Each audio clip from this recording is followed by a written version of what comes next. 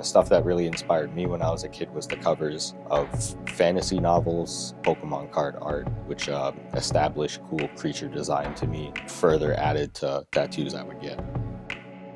The style that I tattoo in, I would say is super doodly, kind of cutesy, like graphic t-shirt sort of vibe. Hey guys, how's it going? I'm Tyler, I'm 26 and I'm from Toronto. I used to work at a bank as an advisor and now I'm currently a student. Hi, my name is Justin. I'm an illustrator. I'm Alessandra, but I also go by Andie.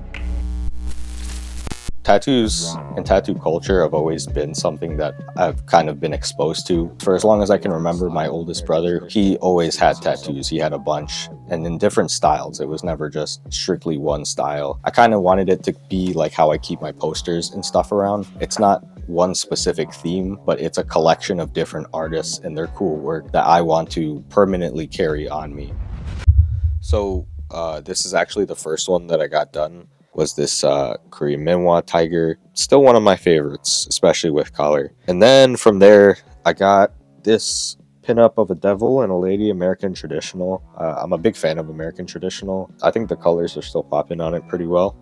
And so one of the biggest pieces that I'm doing right now is a back piece of a Hanya tattoo. Japanese ukiyo-e, performance theater, and like full body suits have been always super interesting to me. My brother carried around a lot of those old photo books that he got from tattoo shops that I would look at all the time. So that's why I was deciding to get started on this one, and it is super painful. So one thing I think that is also a big impact on me is fashion and artwork. A lot of the old books that I had as a kid that my mom carried around were old fashion catalogs. I took the aesthetic that I like to wear and I started putting that onto the characters that I started drawing.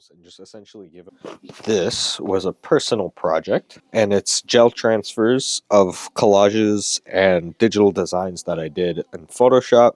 So it's screen prints, fishing vest pockets sewn out, and also glued on with screen prints of some of the similar designs to the patchwork hoodie. They kind of became a synthesis of both. And then I merged those two eventually in different clothes, a lot of collage work, sewing clothes and stuff like that, which I did majority through the pandemic. Just by getting a bunch of tattoos and meeting a bunch of different people, it made me like really obsessed with the work or the idea of being a tattoo artist. And I was like, I'm thinking about doing it. I'm gonna apply for apprenticeships. And she was like, no, shut the fuck up. Order a machine on Amazon, get it done now, start practicing, get an apprenticeship later if you need to. I got to do a couple of these, which was really nice. This one is fun. I did like kind of my take on like trad designs, but I did them in my style. It was an assignment for school. We had to do like an abstract portrait, and it was like, there was another piece that went along with it. The other piece was a giant rat, but I painted a photo of a rat that was like really dainty and kind of curled up and little and small. And then I made myself really big, kind of stinky and gross. These are actually cool because I got to tattoo one of my favorite bands. It's such a wonderful way of meeting people. Everything I paint is very nostalgic. Childhood, sex, being a woman, femininity. Then some things have like a grotesque kind of twist to it.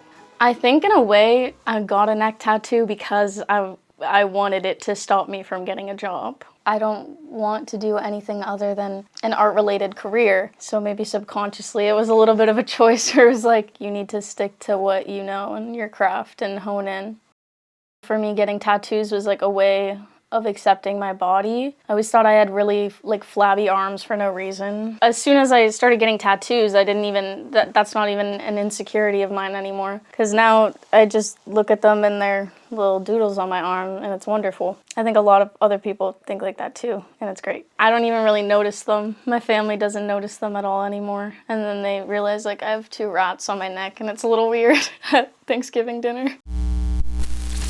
I think tattoos are an important part about who I am because some people go to therapy, but over the years I decided just to get tattoos. And I feel like during the time that you're getting tattooed, it's an opportunity to reflect on like a lot of things. Whenever I'd get tattooed, I'd just think about my life. Just feeling and knowing that like if I can overcome this physical pain, that like I can overcome whatever else I have to deal with in the future. And I think that's been a very big baseline and a big theme for my approach to life. Unlike what most people think, I'm actually not in a creative field. Just working at a bank, it's probably about the most boring job you can think of. Aside from like how I dress and I guess really how I look, I don't really have a lot of forms of expression. I see it kind of as like a form of representation for my journey. That's when I realized during the course of each period where I've covered like a different spot of my body, I've been going through like a different part of my life. Kind of like a reminder, because like you look in the mirror, a tattoo's gonna be with you for life, aside from like the ones you can get removed. I'm getting this Playboy bunny removed. I'm getting this shit removed, bro. Kind of a stupid one. But that's the other thing as well. Tattoos don't always have to be this serious thing, in my opinion, where it's like they always have to mean something. It's your body and its expression. You can do whatever you want to do. I have some tattoos that mean things to me. Like I have like the one that I got at the beginning. It signifies a lesson I learned with my grandma. But then I have like a K. This girl that I liked one time too. But then obviously you could see like, you know, that's not going anywhere. But it's just part of it, you know, because one day I'll look back on it and be like, wow, that's like a funny story. Yeah, so this was my first one. This was the day that my grandma died, where I learned like that important lesson. 2 Corinthians 4:17. I really love my mom. That's another one. I don't know, I just kind of thought this would be an interesting spot. It all happened really quickly. Like I ended up getting like most of the ones on my arms done within like the first year or two. Yeah, like one day they were like, oh, look, it's his one tattoo. I was shirtless maybe a year later, and then all of a sudden I had more. So they kind of knew that I had a tattoo. They knew other people in my family had tattoos, but they didn't know, like, I guess, how many I had. And another good thing about having American traditional tattoos, or just like the patchy style in general, is the fact that you can get more things. So a lot of the people that have like one full sleeve and it's like realism, although it is great art and it's beautiful, ultimately I also have ADHD as well. So I think the fact that like my tattoos are kind of like crazy, sporadic, like just like everywhere, it kind of embodies my personality well. Nothing in life is perfect, you know? So I think that just like would bother me, if anything.